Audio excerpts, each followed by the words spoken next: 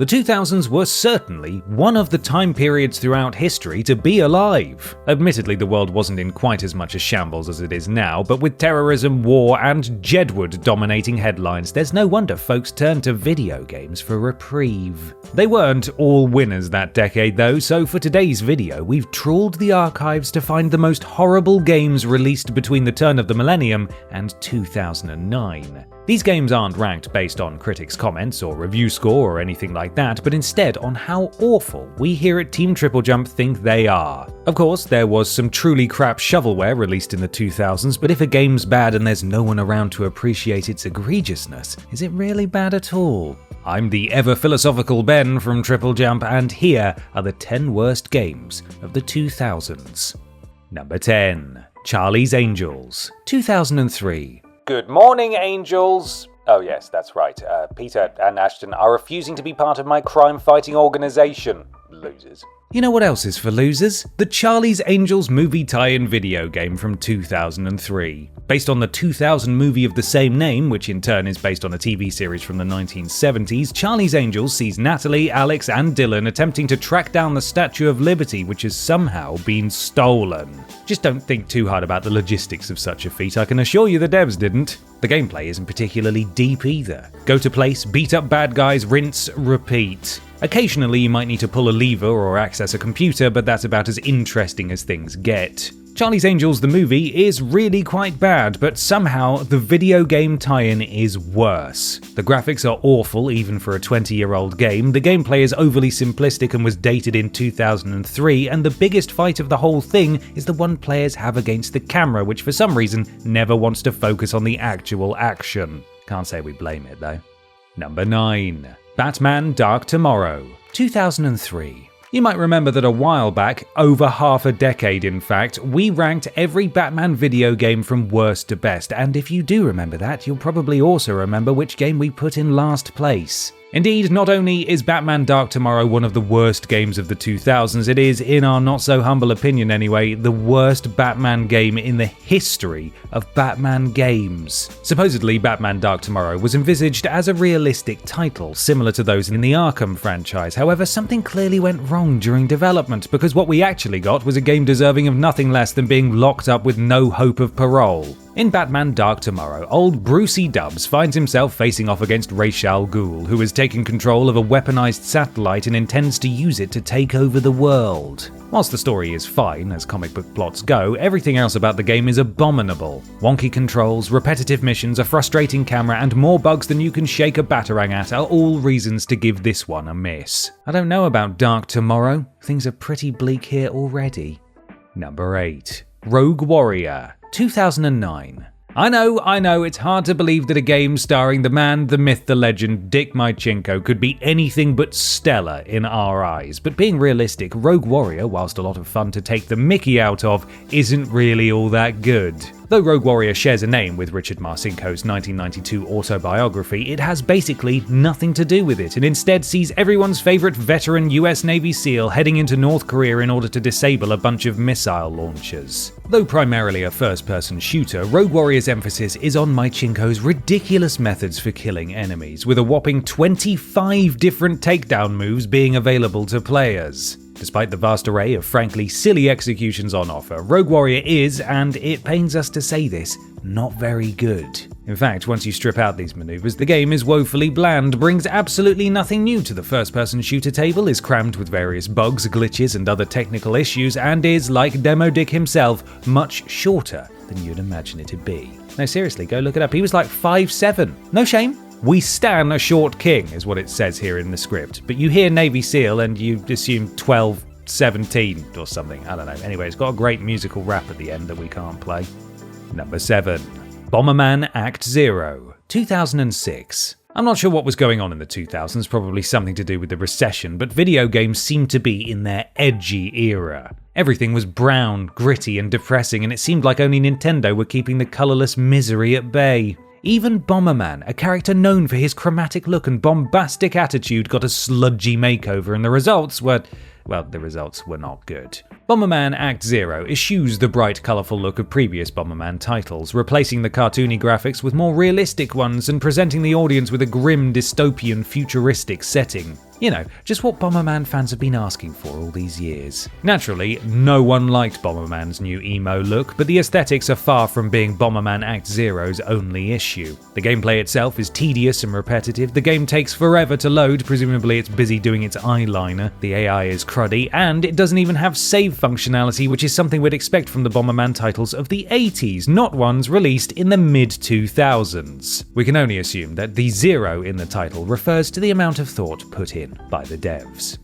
Number 6. Charlie and the Chocolate Factory, 2005. Once you get past that weird tunnel scene, Willy Wonka and the Chocolate Factory is nothing short of one of the finest children's films of all time. The Johnny Depp starring Charlie and the Chocolate Factory, on the other hand, is probably one of the worst, so there's really little wonder that its video game tie-in was so horrid. In this action-adventure, players help Willy Wonka to cover up his crimes, removing Augustus Gloop from the pipe in which he's stuck, transporting Violet Beauregard to the juicing room, retrieving Veruca Salt from the nut chute before she's burned to death in an incinerator, and freeing Mike TV following his brush with Wonka's shrinking technology. The Tim Burton movie is bad, but the video game is somehow worse. Don't get us wrong, Charlie and the Chocolate Factory looks and sounds just fine, but dodgy controls and a lackluster premise, seriously, who wants to save the awful kids when they could be exploring a gosh darn chocolate factory, prevent the game from being anything but yet another forgettable movie tie-in.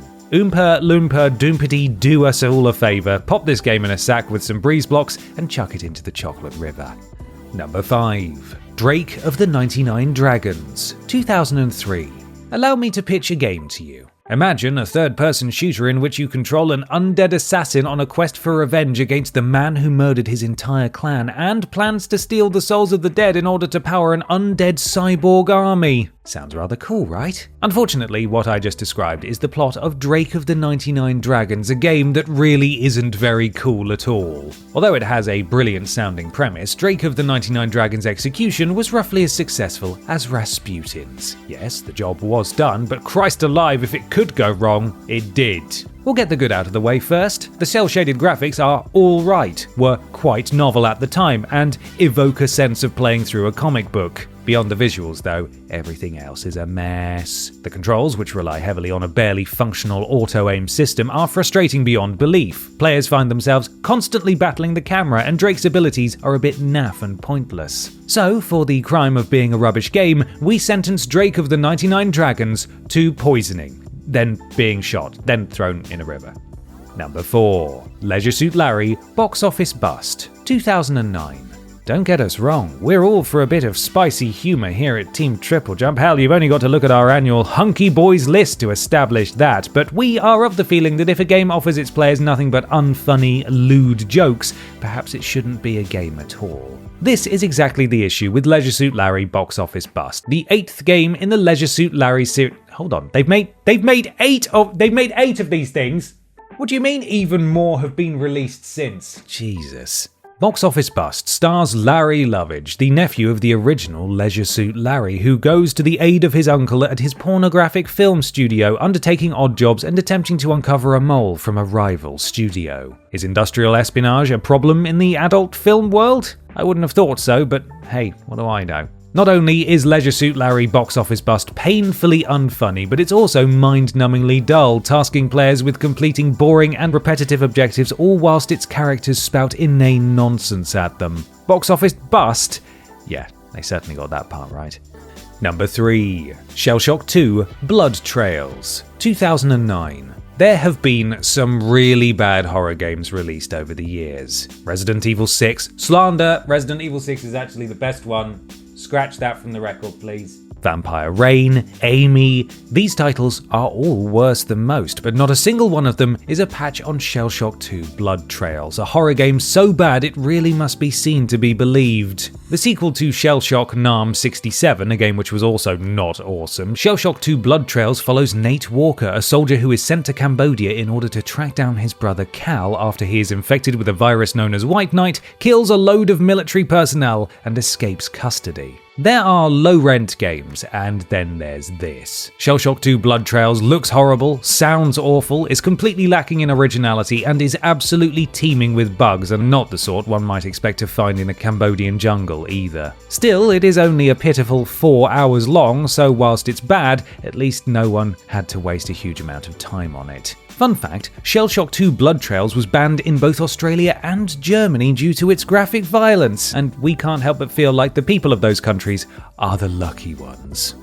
Number 2. Shadow the Hedgehog, 2005. You know what we were saying about games being in their edgy era? Well, allow me to present Exhibit B. Released at the tail end of 2005 for the PS2, Xbox, and GameCube, Shadow the Hedgehog is a spin-off from the Sonic the Hedgehog series and sees the eponymous dark, spiky lad trying to work out who he is in the midst of an alien invasion. The gameplay is much like other Sonic games, i.e. run around, dispatch enemies, collect rings, etc., only because Shadow has more edge than a box of razor blades, he gets to use guns. The attempt to get the Sonic franchise to appeal to a more mature audience was certainly a choice on Sega's part, though I think most would agree it wasn't a good one since the dark tone just doesn't suit the usually colourful franchise. This isn't Shadow the Hedgehog's only problem either. The story is kind of silly, the controls are finicky and often cause cheap character deaths, and some of the level design is incredibly frustrating. Still, as much of a miss as Shadow the Hedgehog was, it still wasn't the biggest embarrassment to the Sonic the Hedgehog franchise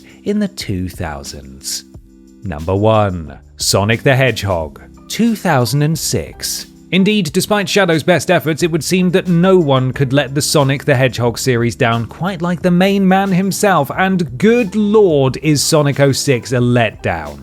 Debuting just a year after Shadow's disastrous outing, Sonic the Hedgehog centers on Sonic, Shadow, and new character Silver as they attempt to rescue Princess Elise from the clutches of Dr. Eggman and try to thwart the evil plans of Mephiles and Iblis. You'd think, since Shadow the Hedgehog didn't go down too well with players, that Sega would have rethought plans to aim the Sonic reboot at a more mature audience, but you'd be wrong, and wouldn't you know it, people didn't really care for it. Not only is the tone way off for a Sonic title, but the game in general is a complete mess. Ridiculously long load times, shoddy level design, a convoluted and confusing story, wonky controls, a frustrating camera, bugs, glitches, and a general lack of polish all come together to make Sonic 06 an utter travesty of a game. So bad was the backlash against Sonic 06 that Sega delisted it from all retailers in 2010, presumably in an attempt to get people to forget about it. We will never forget though.